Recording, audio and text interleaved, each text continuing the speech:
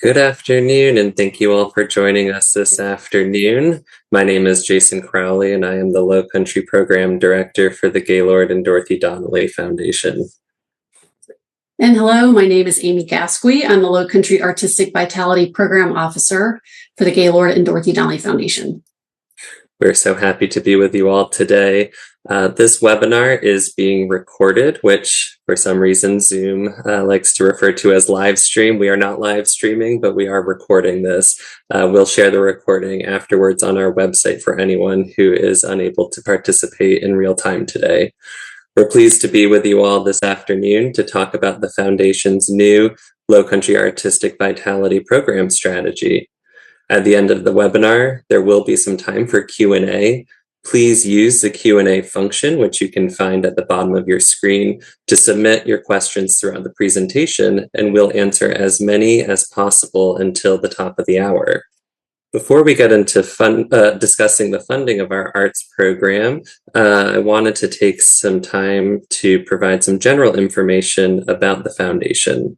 The Gaylord and Dorothy Donnelly Foundation is a family foundation that has been in existence for almost 75 years and funds nonprofit organizations in two regions, Chicago, Illinois, and the South Carolina Lowcountry. Amy and I are based in our Charleston, South Carolina office, and we have 8 additional staff members who are based in our Chicago office. In the Lowcountry, the foundation supports organizations and groups in the 9 counties that are listed on the screen: Horry, Georgetown, Berkeley, Dorchester, Charleston, Colleton, Hampton, Jasper, and Beaufort counties. Both regions provide grants and other support for 3 specific program areas: artistic vitality, land conservation, and collections through our Broadening Narratives program. Supporting the arts in the Lowcountry is a significant priority for the foundation. Annually, we invest over $800,000 throughout the Lowcountry through both direct grant-making and technical assistance non-grant-making trainings for arts organizations. Every 5 years, we evaluate each of our program areas and solicit community feedback to ensure that we continue to impact the communities that we support. Over the past year and a half, Amy and I have been working with a consulting group, One-to-One Advisory, to conduct an evaluation of our arts program. Through this process, we gained valuable feedback from artists, arts leaders, and stakeholders throughout the Lowcountry. The evaluation also included research on how other arts funders invest in their grantees regionally and nationally. All of the community feedback and research that was provided in the evaluation helps shape the new strategy that we're here to talk about today. So, what did we learn? We learned that the arts have helped shape the cultural landscape of the Lowcountry for generations. And today, the Lowcountry is one of the fastest growing regions in the United States, but its diversity is a driving force of its culture, which contributes to the tapestry of urban and rural communities that each have their own unique sense of place. The evaluation underscored that the creative sector in South Carolina has a $14.1 billion economic impact on the state. But it is becoming increasingly difficult to afford not only housing for artists and arts leaders, but also space to produce and present new artistic work. We'll share more on what we learned during the webinar, but one of the biggest takeaways that we heard from artists and arts leaders throughout the region was for us to keep doing what we were doing well, which is continuing to provide ongoing, unrestricted general operations support, in addition to find opportunities to provide capacity building and project-based support.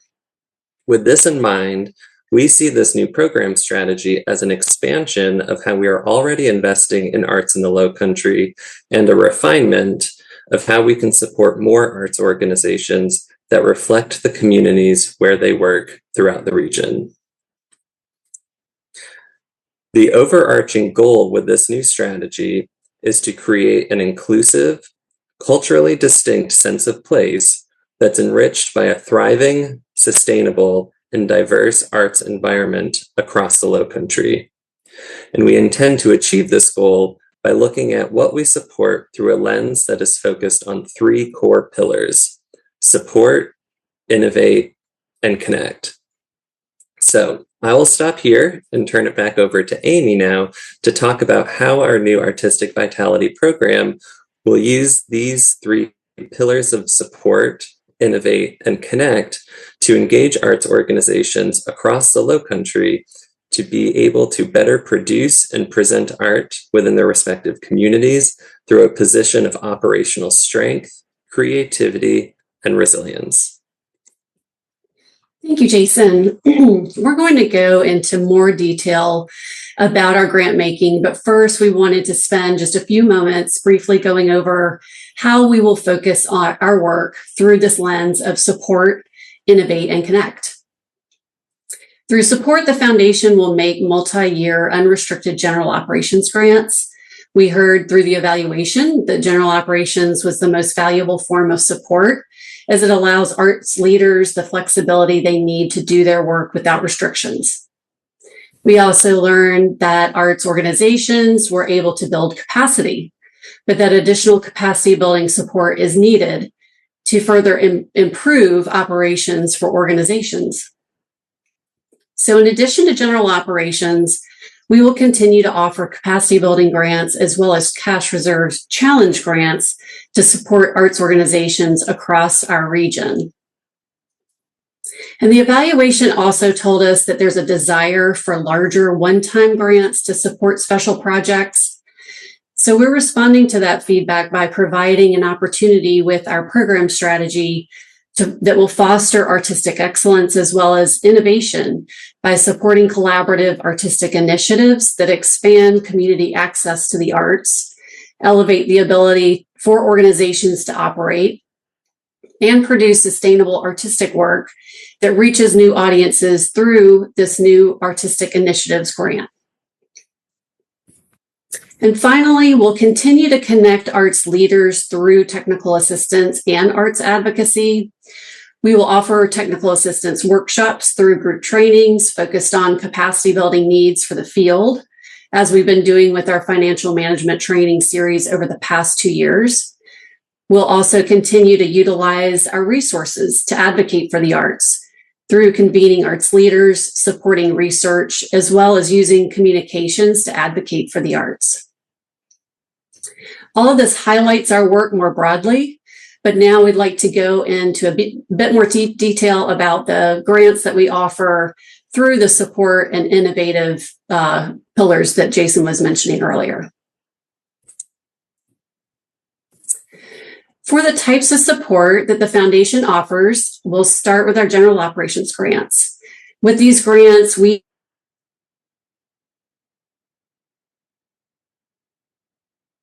an arts organization for a general operations grant will be looking for how organizations are providing and elevating the arts within their own respective communities. This will be done through our general operations grants. The foundation provides unrestricted general operations grants to nonprofit organizations as well as to groups that have a fiscal sponsorship. General operations grants are for organizations or groups to use for any purposes that they deem necessary to do their work. Today, we are mostly going to discuss what we will be looking for when organizations want to apply for a grant. However, the information on this webinar will not include all of our eligibility requirements. So we want to mention that for any of the grants that we'll be discussing today, we recommend that you also take a look at our website for a full list of those eligibility requirements. Now, to get into what we'll be looking at for general operations grants, we'll be taking a look at both professional arts organizations as well as a new eligibility requirement for cultural groups. We'll get into more detail about cultural groups shortly, but want to start with professional arts organizations. For these organizations, several factors will go into our decision making. The amount of arts programming an organization offers annually is going to be important. We'll want to see that new art is being produced and presented on an ongoing year-round basis that the community is able to engage with. We'll also want to see that arts organizations are working with professional artists that are rooted here in the Lowcountry. We'll consider how the arts organization's discipline fits within the arts landscape of the community where they primarily operate, to ensure that there's a diversity of arts being produced and presented throughout the region. We'll be assessing the degree of professionalism that the arts organization operates under, such as if there's paid staff, a formalized board, and stable financial practices. We'll look at the organization's budget size, as this can be a factor, in particular for small organizations to receive a grant, and that might require a fiscal sponsorship. We'll also consider the organization's geographic location. Organizations will need to be based in and serving one of the 9 counties referenced earlier, or have a significant percentage of their ongoing programming occurring in at least one of these counties. The strategy evaluation identified cultural groups and their art practices as a new strategic priority for the Foundation's general operations support. Groups such as Gullah Geechee, Indigenous, Latine, or Asian American or Pacific Islander were identified through the evaluation as examples of different types of cultural groups. However, this is not an exhaustive list by any means. This can also include any group that is practicing their traditional artistic practices or using art to preserve their culture. Through our general operations grants, we will look at the amount of traditional arts programming that a group offers annually. We'll also look at how many professional and local artists are involved in the work. And then, similar to the professional organizations, we'll look at the remaining factors such as uniqueness of the discipline, the degree of professionalism, the organization or group's budget size, as well as the geographic location. Okay, so that's what we're going to be looking for in our general operations grants. But now we want to talk a little bit about the Foundation's grant award changes and how those will impact the grants. One of the top responses that we heard through the evaluation was that organizations' costs were rising while access to financial resources was becoming more difficult. In response to this feedback, the Foundation approved 2 exciting changes. First, through general operations for organizations with budgets under $1 million, most organizations will receive a $5,000 grant increase. Organizations with budgets over $1 million will remain at the same $25,000 level as we've previously awarded. Second, most organizations will transition from a 2-year grant to a 3-year grant to enable organizations to extend their financial forecasting. So what does that mean for our current arts grantees? It means that the amount of your grant award and the length of your grant will be evaluated beginning this year during the grant renewal period. For current grantees who have a general operations grant that is up for renewal in 2026, we will be taking a look at your eligibility for the new grant award amount, as well as any changes to the length of your grant. For current grantees who are in the middle of a 2-year grant and have a progress report due this year, any changes to your grant award amount and the length of your grant will be considered when your organization applies for a renewal grant in 2027. Many organizations are going to meet the criteria for the increased grant size and will transition to a 3-year grant. However, we do want to note that we will be looking at each of our grants on a case-by-case basis. And then for any new arts organizations or cultural groups, the changes to our grant amounts and length of grants will affect any new general operations grants going forward. Okay, so now we want to take some time to talk about some other grants that we offer. Our capacity building and cash reserves challenge grants. I want to mention that For these additional grants that we're about to discuss, organizations or groups will need to be an existing Lowcountry Artistic Vitality grantee to be eligible to apply, and these grants will also be considered on a case-by-case basis. I'd also like to mention that while our capacity building and cash reserves challenge grants are not new, we wanted to make sure with our new strategy that they are included in our communications as well as on our website so that organizations know that they're available. So now to get into what these grants are for. With our capacity building grants, the foundation understands that organizations sometimes encounter operational challenges that can benefit from professional consultation to help them navigate those challenges. Our capacity building grants provide professional consultation that help address specific operational needs. The grant helps cover the cost of an arts leader and a consultant working together towards achieving a professional goal. Some examples of the types of consultation work might include an arts leader and consultant working on board governance, financial management, strategic planning, or other operational needs. Grant sizes for our capacity building grants will range between $10,000 to $40,000 and will be based on the specific scope of the project.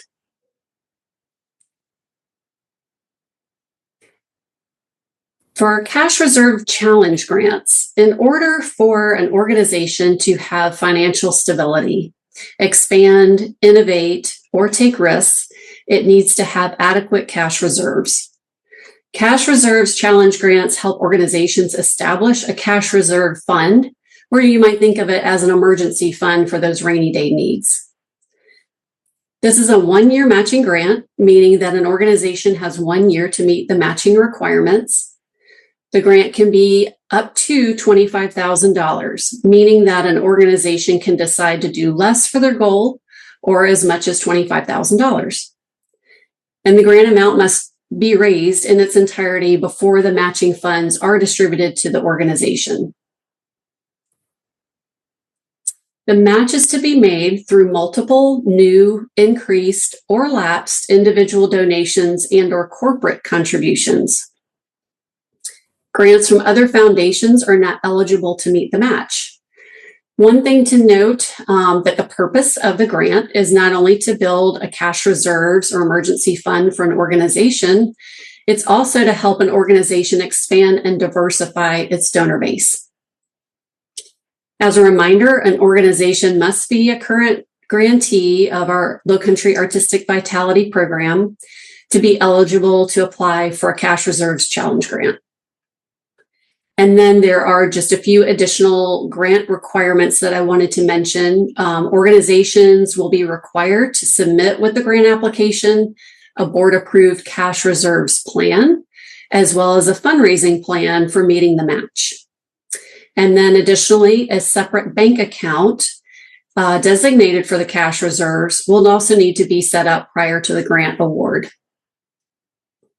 If an organization is interested in either a capacity building or cash reserves challenge grant, the next step will be to contact me so that we can discuss your specific needs. All right, so on to the Artistic Initiatives Grant. As I mentioned earlier, we are very excited to share that the foundation will be offering a new grant, the Artistic Initiatives Grant, which is a project-based grant that will support unique artistic opportunities that include innovation and collaboration. Projects will support a broad range of arts organizations and/or independent artists that are living in and working in new ways in the region. We'll be looking for projects that are catalytic to the arts and can demonstrate collaboration and innovation that benefits the Lowcountry arts ecosystem. Collaboration amongst two or more organizations is encouraged. However, at least one organization involved in the project must be a current Lowcountry Arts grantee. A few project examples might include the production of a new work to communities that lack access to the arts, collaborative projects between large and small organizations, or new audience engagement efforts. Those are just a few examples. For artistic initiatives grants, the grant size will range between $10,000 and $50,000 and will be based on the scope of the project. We suggest that when an organization has a project in mind, that they reach out to me to schedule a meeting so that we can start having a conversation to talk through your project. And then finally, for all of our project-based grants we talked about today, our capacity building, cash reserves, and artistic initiatives grants, we want to mention that the number of grants that we may be able to offer will be assessed on an annual basis. All right, so we have shared a lot of information today and in a fairly short amount of time. So we wanted to note that with all of our grants that we offer, full eligibility is going to be determined by a program officer. For new arts organizations or cultural groups wanting to apply for general operations support, we will need to meet with you and also see your work. So please reach out to me to schedule time for both of those. We do want to mention that for new organizations, while our 2026 grant making budget is generally already set for this year, I still encourage you to contact me to schedule some time so that we can discuss your work and potential opportunities to apply in one of our future grant cycles. For existing arts grantees, if you are interested in applying for any of the additional grants the foundation offers outside of general operations, please contact me and schedule a meeting.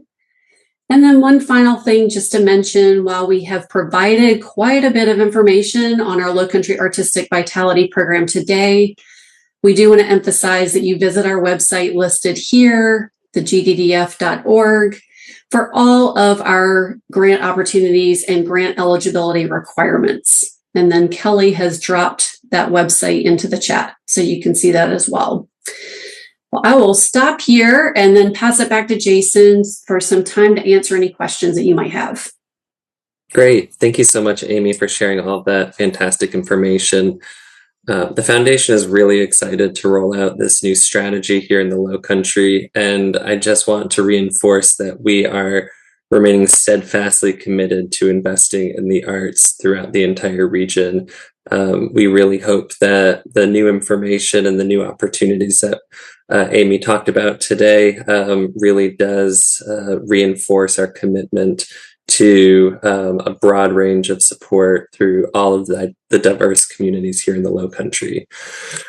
So let me see if we have any questions. I have a question. If we can go back to the new grant info slide, I will try to navigate slides as much as possible, and all of this information is already on our website. You can see it live on the project page. And this recording will also be up as well, but the grant sizes that you can see here on the screen are on our website, as well as the information in further detail about eligibility requirements. We have a question. Is the new arts project grant available annually, and when is the deadline? Amy, if you'd like to tackle that. Sure. It is going to be available annually. Obviously, this will be the first year, so we are just going to be starting out looking for projects. And then the grant deadline will be the same as our other grant deadlines, which is the last Friday in March and the last Friday in July. Great, thank you. We have a question about whether we can cover nonprofit debt and how that factors into a grant process. I'll take that question.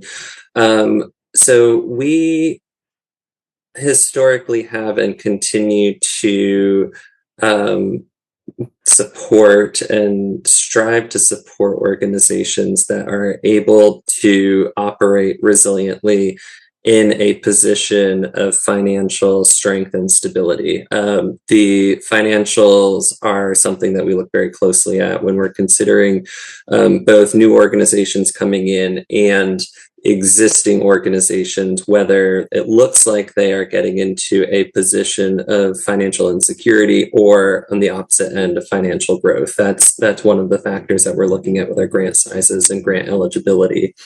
So with new organizations that we don't currently fund, if there are issues with debt, those are questions that we're going to be asking. What are the plans that you are set in place to get out of it? What is the path forward to make sure that the organization is financially stable? So everything remains on a case-by-case basis, which is where the one-on-one conversations come in. But that is generally something that we are looking at, but we would not, in the direct question, we would not cover the forgiveness of the debt as a grant itself, if that makes sense. Here is a question about cash reserves. Is an organization I have lost that. There we go. Is an organization eligible for a cash reserves grant if they have cash reserves? Is there a certain amount of percentage that disqualifies or qualifies an organization for it? The answer to that quickly is absolutely not. If an organization is in a position to grow their cash reserves, that is probably a good time to be talking about an opportunity for a matching grant. But I'll turn it over to Amy if you have any additional thoughts on that. No, you said it perfectly. Yes. The purpose is to help organizations just either build or create or build their cash reserves. We have a question about sponsorships and our previous sponsorship of events in the past. Will that continue, or will it be new grant programs, and whether or not this is time for a one-on-one conversation? A quick answer to start in the big picture, and I'll turn it back over to Amy. Certain cultural organizations that did not fit clearly in our old strategy, we were trying to reach those organizations through sponsorships. And so what we were trying to do through this new strategy was actually move away from just a one-off event sponsorship and set a path for opportunities of looking at organizations, particularly cultural organizations that may have many more types of programming in addition to arts, but may have arts as a significant component of their cultural programmings, to provide an opportunity to actually be able to bring them in under general operations. So everything, again, fits into a one-on-one conversation to see if that organization is a good fit to shift from the former event sponsorship into general operations. But Amy, maybe you can talk a little bit more about what that programming throughout the year might look like for a cultural organization that may do more in their community than just arts. Sure. Yes. We understand and recognize that there may not be groups that have a formalized arts organization format. So, but we are looking for ongoing programming that's occurring that is either utilizing the arts or utilizing the arts to preserve the culture and heritage, to and having programming that is around that on a year-round basis. So as opposed to having maybe unplanned events without ongoing programming throughout the year. So if you have a group or an organization that is offering arts classes, offering in your cultural heritage. We are looking to support those types of programs that are ongoing throughout the year, that have a little bit more than just a one-off type event happening. Great. Just as a reminder, I can only see the questions in the Q&A. So if anyone is submitting, or if you have the ability to submit in chat, please don't. But these questions are coming in. So just wanted to call attention to, please feel free, if there are additional questions, to submit in the Q&A. We have plenty of time. All right, here is a question from an organization that is a seasonal arts festival with satellite events throughout the year. For general operating grants, do you recommend waiting to apply when our program is finalized, or are we eligible based on general operating needs and performance? So I think to answer this as a broad question, what we would be looking at is if you are a festival organization, we would, and there is something to be balancing out with festivals, whether they are providing programming year round or just during one set time of year. We will really want to be looking at how the arts in that festival is in and of the community where it takes place. So broadly, without getting into the specific details of what that festival may be, we'll want to be looking at, are the performers, or is the art that's in that festival being created and presented by artists that are in the region or part of the community? Is the community broadly able to be accessing the art in that festival? So that really, again, comes back down to the individual case-by-case situation. But through those conversations, if it is determined that it is sort of meeting that criteria of the supporting arts from the region, in the region, for the region, it would potentially be eligible for general operating support. Amy, is there anything else that you want to add into that question?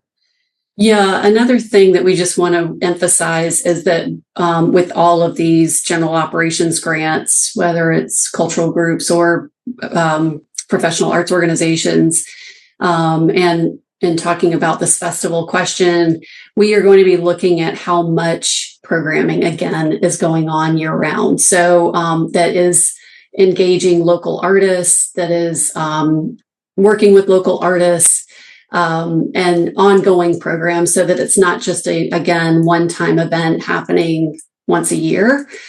We are wanting to see that the arts organizations that we're supporting have that year-round impact here locally. And so that is something we just want to keep emphasizing, is that, how much arts programming is happening maybe outside of that festival, along with the artists, the local artists or regional artists that you're involving in that work. All right. Any other questions? Here we go. The deadlines so you can see on this screen. So all of our grant making, Gen Ops, artistic initiatives, capacity building will still fall within the same spring and fall cycles. So the next grant cycle will be opening up in March with a March. Amy, I can't see my screen over there. So if I can turn the dates to you. Yep. It's the spring cycle. The deadline is March 27th. Our fall cycle, the deadline is July 26th. One thing we should mention here is that, because our grants require a conversation, if not more than one conversation with an organization, we do ask that you reach out sooner rather than later to have that, to make a meeting, schedule a meeting so that we can start talking about your project or your need or your organization, because there is kind of a lot happening with a lot of different organizations, as well as a lot of other things going on. And so in order to meet those particular deadlines, we do encourage that you reach out on the earlier side. At least 6 weeks before would be ideal, just so that everyone has enough time to get everything pulled together. And I guess while we have a little bit of time, I just wanted to mention our process. So when a group applies for one of these cycles, one of either our spring or fall cycle, we have that conversation. If we decide that it's in a good place and we want the organization to move forward with an application and they apply, once the application comes in, we review it. We might have another conversation.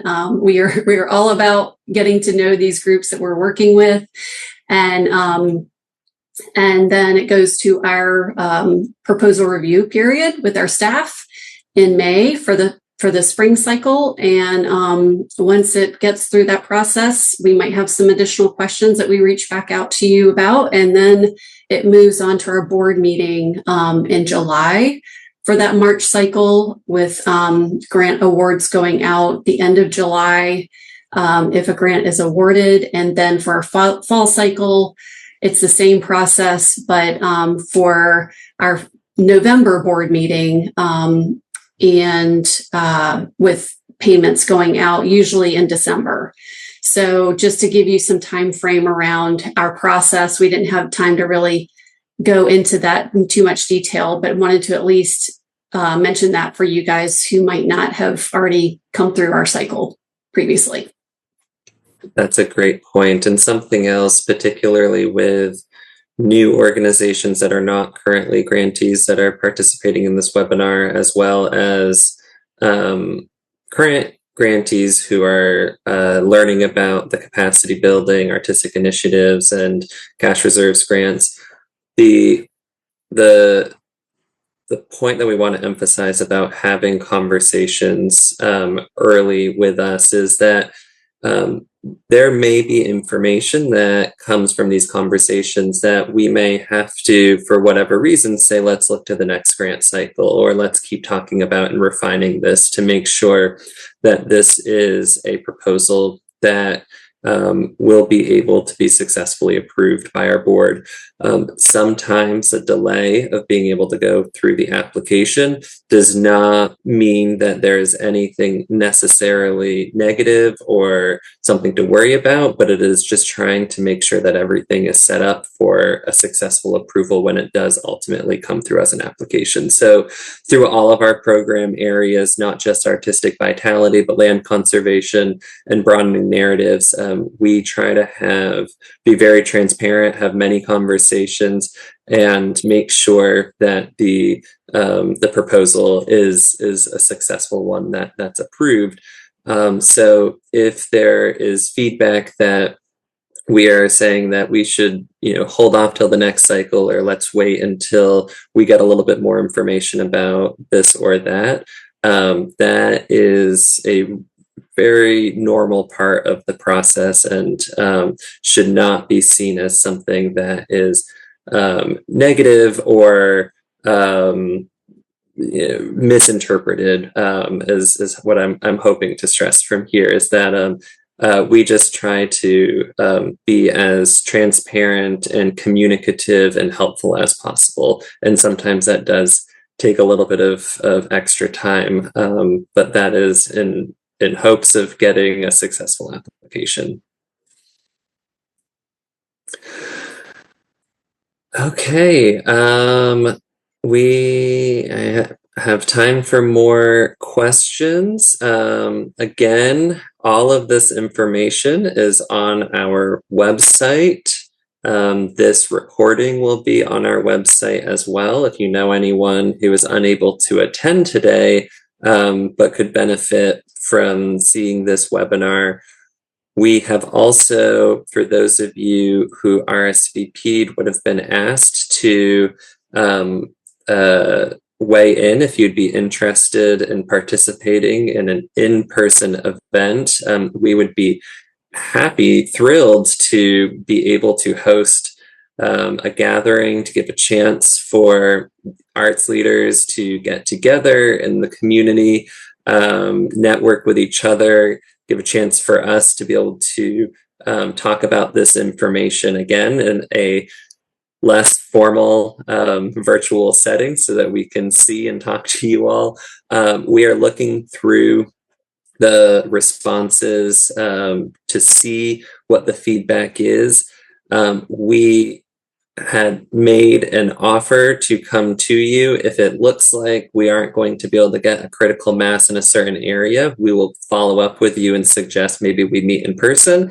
But we are hoping to be able to follow up soon for an in-person event in probably mid to late March is our goal, so that we can keep this conversation going before the next grant cycle.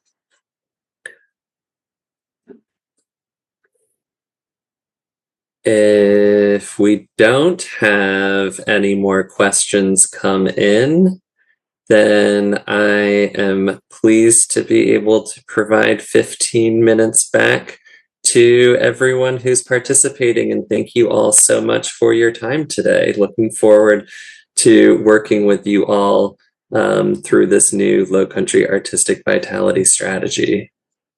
Yeah, thank you so much. And feel free to reach out to me at the contact information on this page and let me know if you have any questions after this webinar. I'm happy to answer those questions.